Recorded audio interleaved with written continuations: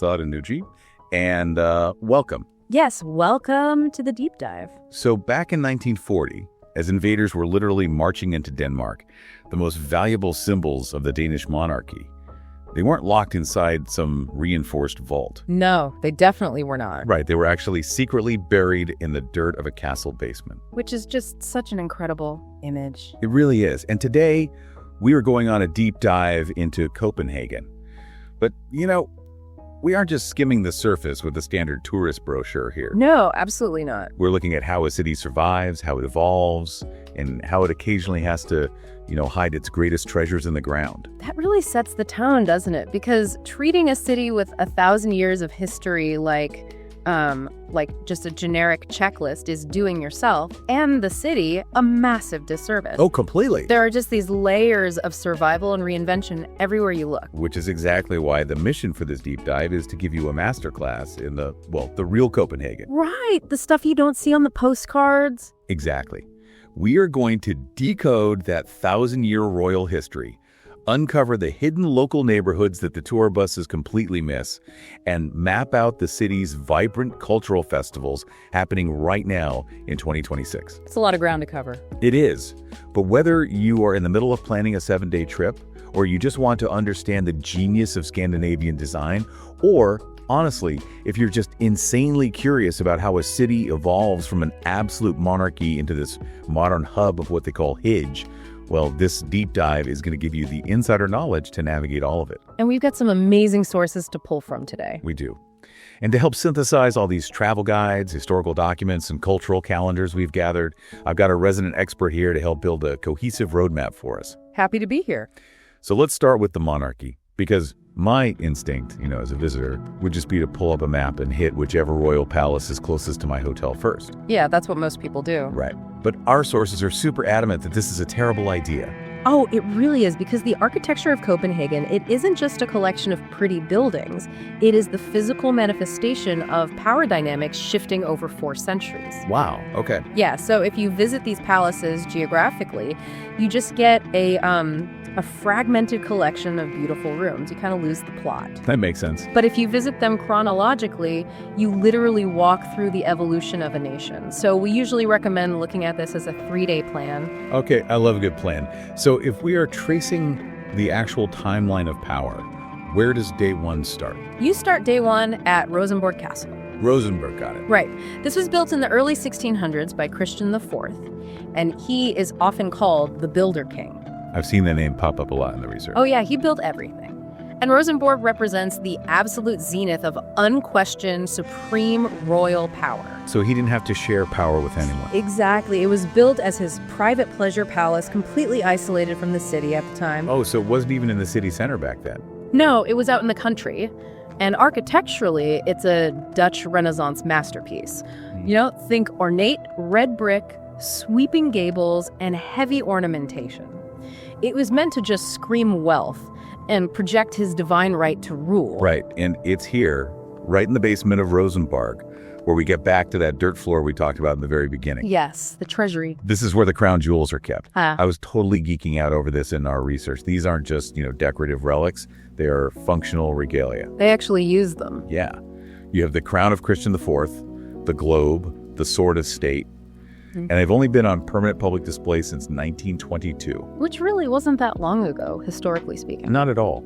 And when the German invasion of Denmark happened in 1940, these priceless national symbols, they were taken down and secretly buried deep within that basement to keep them safe from invaders. See, that survival story represents a profound shift in perspective. How so? Well, you are looking at objects that go from being the ultimate symbols of absolute power, worn in lavish ceremonies, to national treasures that have to be hidden in the dirt by everyday people. Just to keep them out of enemy hands. Exactly. And now they are carefully preserved artifacts sitting behind glass. It's a huge journey for some jewelry. That is so true. But staying with Christian IV for a second, his architectural ambition wasn't just about showing off his wealth with red brick and gables. He used architecture strategically. Oh, you're talking about the towers? Yeah. Because he built them all over the city, right? He did, and one in particular stands out, the Round Tower, or Rundetårn, which was finished in 1642. Right. He funded this after the famed astronomer Tycho Brahe proposed building a new observatory. It's nearly 40 meters high. But wait, it wasn't a military lookout to spot enemies, right? No, not at all. It was Europe's oldest functioning observatory. He was using civic architecture to elevate Denmark's scientific prestige on the global stage. Like a flex, basically. A total intellectual flex. It was a way of saying, we don't just have military might, we have intellectual dominance. Okay, so that's day one. Absolute power, heavy architecture, and scientific ambition. Right. Moving to day two, we jump forward in time to Christiansborg Palace. And this is where the narrative of unquestioned power gets really complicated in the sources. It does, because Christiansborg physically embodies the sharing of power. Right. Today it houses the Danish Parliament, the Supreme Court, and the Prime Minister's office. But it also houses the royal reception rooms used by the monarch. Wait, let me stop you right there. So they put the modern democratic parliament under the exact same roof as the royal staterooms? They did? That seems like a massive clash of ideals.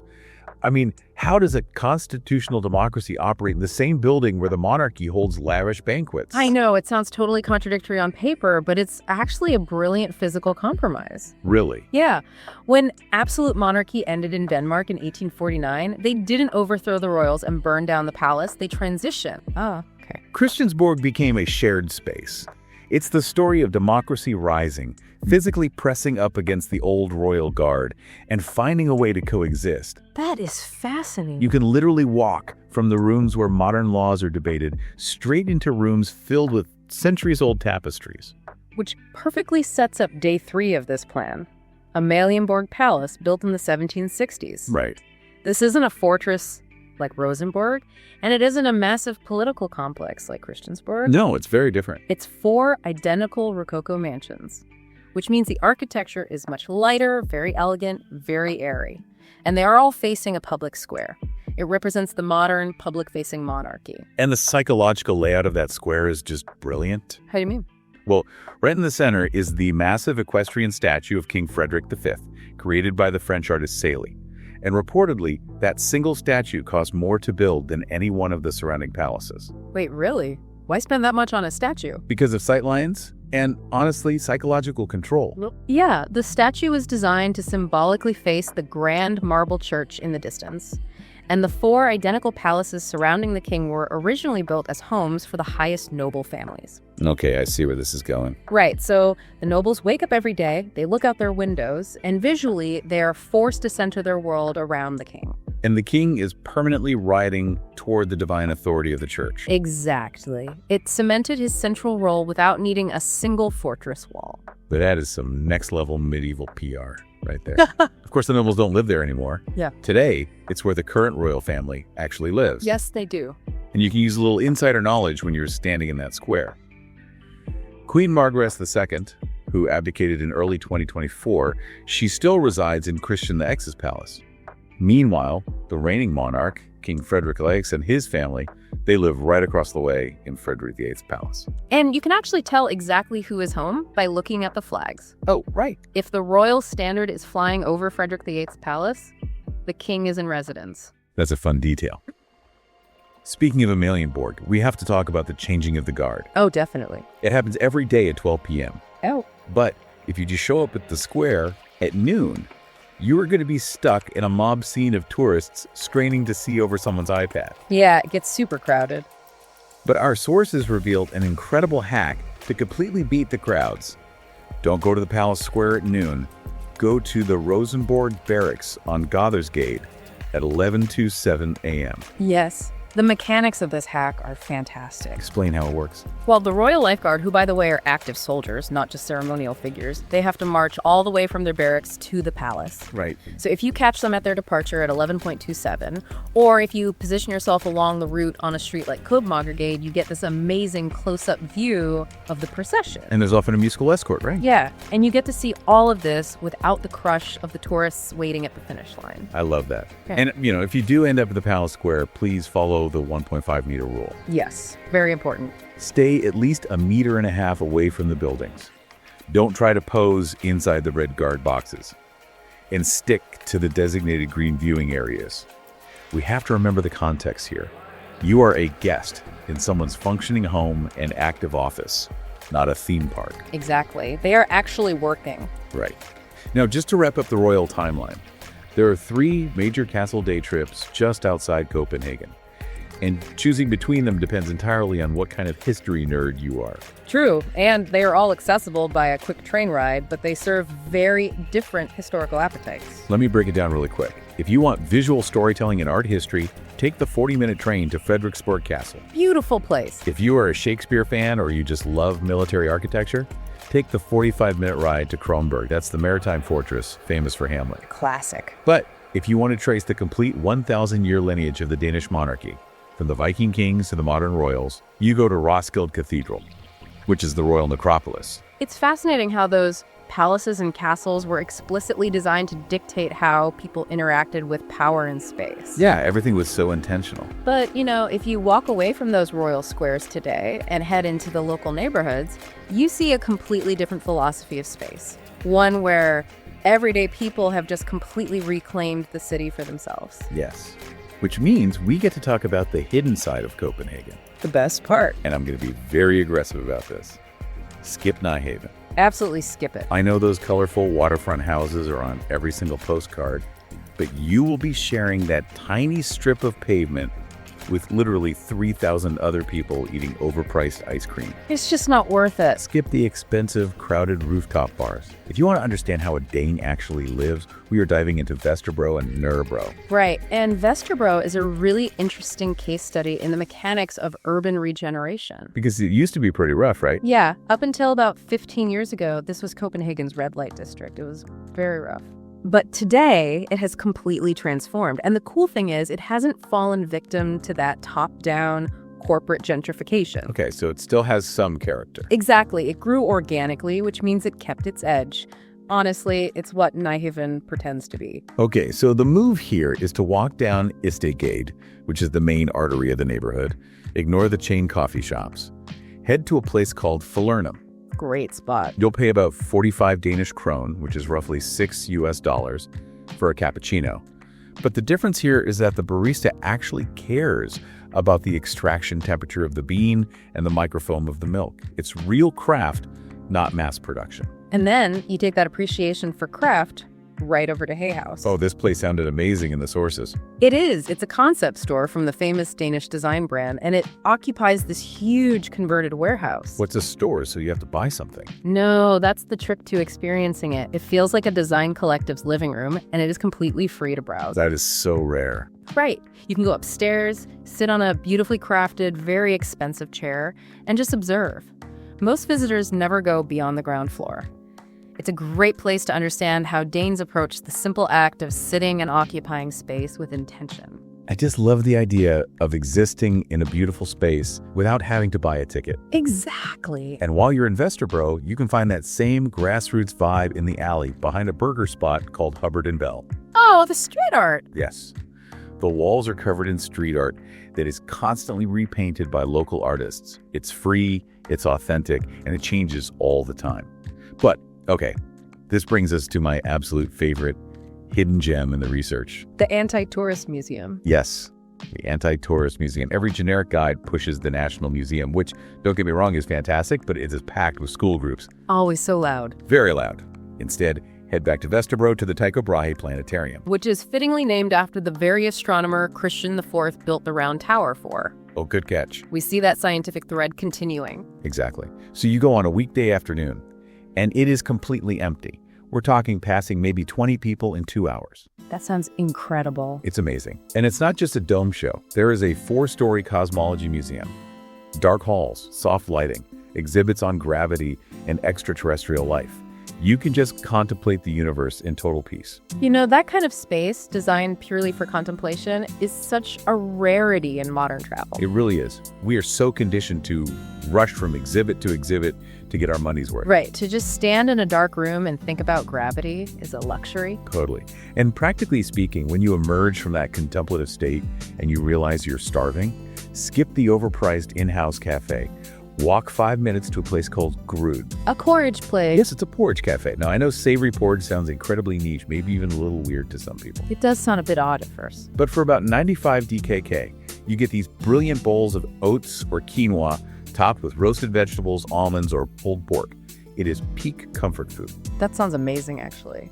Which naturally brings us to the neighborhood of Nørrebro and this whole concept of Hygge. Now, let me push back on this for a second. Okay, let's hear it. Because as an outsider, it feels like Hygge, this legendary idea of Danish coziness, has just become a capitalized marketing buzzword. Yeah. It feels like an excuse to sell really expensive wool blankets and candles to tourists who just want to buy a lifestyle. Is it actually a real thing? That is a very fair critique. And you're right, the commercialization of Hygge is a massive global industry now. Right. I mean, you can buy a Hygge candle at a mall in Ohio. Exactly. But true Hygge isn't a product you buy, it's a mechanism of intentionality. Intentionality. Right. It's about how a space respects the people in it and how people interact with each other without pretense.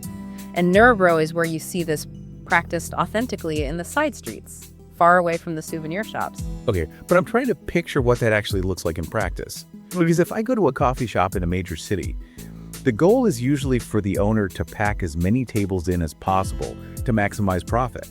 Yes. And for the customers to just stare at their laptops. So how is a place in Nørrebro doing it differently? Well, take Café Coffee Logi on a street called Randzausgade. They serve what might be the best, most meticulously sourced espresso in the city. A cortado is around 60 DKK. Okay. But the seating is minimal and the layout is highly intentional. Meaning they aren't cramming people in. Exactly. The space respects your time and your presence. It's designed for you to sit down, genuinely enjoy the sensory experience of your coffee, perhaps talk to the person next to you, and then move on. So no laptops. Right. Yeah. It is explicitly not designed for you to camp out with a laptop and noise-canceling headphones for 6 hours. I love that. Or look at Myers Bajuri nearby. If you go at 10 a.m. on a Sunday, it is packed. Like out the door. Out the door. But it's packed with actual neighbors and families buying sourdough bread for their week, not tour groups chasing an aesthetic vibe. Okay, I see. That distinction, community function versus commercial aesthetic, is the absolute essence of real Hygge. It's about authentic community over transaction. Exactly. You also see that intentional functional design in public spaces in Nørrebro, like Superkillen Plaza. Oh, that place is so unique. It really is. It's a public space designed in 3 distinct zones. You have the Red Square, the Black Market, and the Green Park. It's this wild mix of Nordic minimalism mixed with raw street culture. Yeah, it's very visually striking. Yeah, you have teenagers doing parkour on the concrete structures, right next to families having picnics on the green space. There is no forced atmosphere. It's just people living. And if you want the best view of the city, our research provides another great alternative to the tourist traps. Oh, please share. So don't queue for 45 minutes to pay to climb the spire at the Church of Our Savior over in Kristiansand. Skip it. Instead, walk north from Superkillen to a geographic feature called the Ravinen, or the ravine. The ravine. This sounds so cool. Well, from the sources, it's literally a sunken park running right through the neighborhood, right? Exactly. It's a green corridor where locals actually live their lives. Jogging, walking dogs, commuting on bikes. Right. And if you go to the highest points of the path around golden hour, say 6 to 8 p.m. in the summer, you get these incredible sweeping views of central Copenhagen. Oh, wow. And because it's not in a guidebook, you'll likely have the view entirely to yourself. That is the ultimate goal, just having a moment to yourself in a beautiful city. Definitely. Also, while you're wandering around Randzausgade in Nørrebro, do not miss a spot called Amon Amon. It looks like a tiny cafe from the outside, but it's actually a free storefront Danish design museum. Another free museum. Yes, it's a collection of ordinary Danish objects from the 1950s onward. Chairs, textiles, lighting. And the owner sits in the back and will happily talk to you about the evolution of Scandinavian form. That sounds like such a personal experience. It really is. Oh, and before we move on to the festivals, a quick practical travel hack based on the city's infrastructure. Oh, let's hear it. Skip the expensive taxis from the airport. Take the train to the central station. It takes exactly 13 minutes. It is reliably on time because the public transit is actually prioritized here. And it costs about 36 DKK, which is just $5. You really can't beat that. You can't. And if you want the best weather to do all this neighborhood walking, aim for spring or fall. So we've looked at the quiet, intentional life in these local neighborhoods. We see how Danes optimize their daily routines. But, this raises an important question about the city's pulse. What's that? What happens when the entire city decides to break that quiet routine and come together to celebrate? Oh, right. The city completely stops being a quiet cafe and turns into a massive stage. It really does. And since today is August 4th, 2026, we are sitting right on the cusp of some of Copenhagen's biggest cultural festivals. These events show a completely different, highly energetic side of the city. The calendar for the rest of 2026 and early 2027 is just packed. And what's fascinating is how these festivals aren't just, contained in a stadium somewhere. They bleed into the streets. Coming up almost immediately from August 10th to the 16th, 2026, is Copenhagen Pride Week. Right around the corner. Exactly. This is Denmark's largest human rights and LGBTQ+ festival. The streets are completely covered in rainbow flags, and the major events, concerts, and festivities are anchored right at City Hall Square. It's a massive tribute to diversity, right in the civic heart of the city. Then, just a few weeks later, from September 4th to the 20th, 2026, is the Golden Days Festival. I read about this one. It's a brilliant mechanism for a historical festival. It really is. Every year, they pick a brand new cultural historical theme. But how does that actually work? I mean, how do you make a history festival feel fresh every single year? By gamifying it and taking it out of the textbook, they might pick a theme like the 1950s or philosophy or the working class, and then they curate interactive exhibits, debates, and pop-up events in unique settings all over the city that align with that specific theme. So you aren't just going to one museum. No, they take history out of the museum and force the city to physically interact with it in real time. It makes history a present tense activity. I love that. Yeah, it's very engaging. Then as we move into autumn, you have the Culture Night on October 9th, 2026. This is the night to be in Copenhagen. Oh, absolutely. The logistics of it are incredible. You buy a single culture pass, and it acts as a skeleton key for the entire city. It unlocks everything. Literally. It unlocks exhibitions, concerts, behind-the-scenes tours of buildings usually closed to the public, talks, and performances. Plus, the pass gets you free transport on the bus, train, and metro all night. It completely removes the friction of exploring. And finally, looking ahead to the winter, we have to talk about the Copenhagen Light Festival. Right. It runs from January 29 to February 21st, 2027. International and Danish artists install these incredible light art pieces all over the city. Now, I can imagine that looks beautiful, but there has to be a deeper reason for doing a massive light festival in February, right? Absolutely. You have to consider the psychology of winter in Scandinavia. Because it's so dark. Exactly. By February, the days are incredibly short, the weather is bleak, and the mental toll of the darkness is really heavy. Yeah, seasonal depression is a real thing. It is. So the Light Festival isn't just about pretty installations. It is a psychological lifeline. Wow, I never thought of it that way. Yeah, it uses art to illuminate the darkest months, giving people a reason to get out of their houses, walk the streets, and engage with the city when they would normally be, just isolated inside.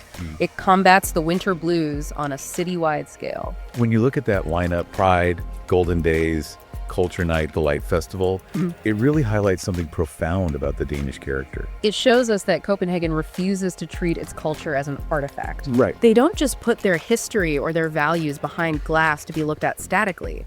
Whether they are celebrating human rights, actively debating their history through a new theme, or literally bringing light to the darkest psychological months of the year, they live and breathe their culture in the streets. The city itself is the venue. That is beautifully said. Okay, let's wrap this up.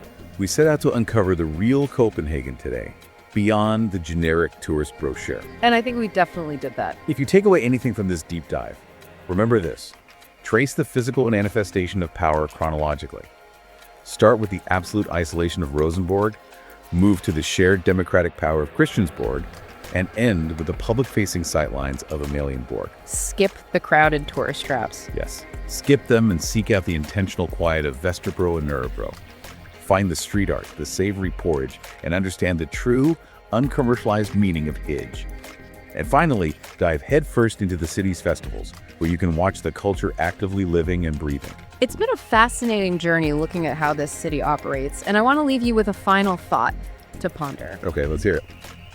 We talked earlier about Christian IV building the Round Tower to elevate astronomy, leaving a permanent mark of scientific pursuit. And we talked about how the crown jewels were literally buried in the dirt of a basement in the 1940s to protect them from invaders. Right. It makes you wonder, if you were to bury a treasure today that perfectly represented the culture of modern Copenhagen, maybe an intentionally extracted coffee bean from Vesterbro, a piece of shifting street art, or a rainbow flag from City Hall Square, what would future historians unearth in 400 years to understand who we were in 2026? I love that question. What is our cultural time capsule right now? Definitely something to think about the next time you're sitting intentionally with a cortado in Norebro. Thank you so much for joining us on this deep dive today.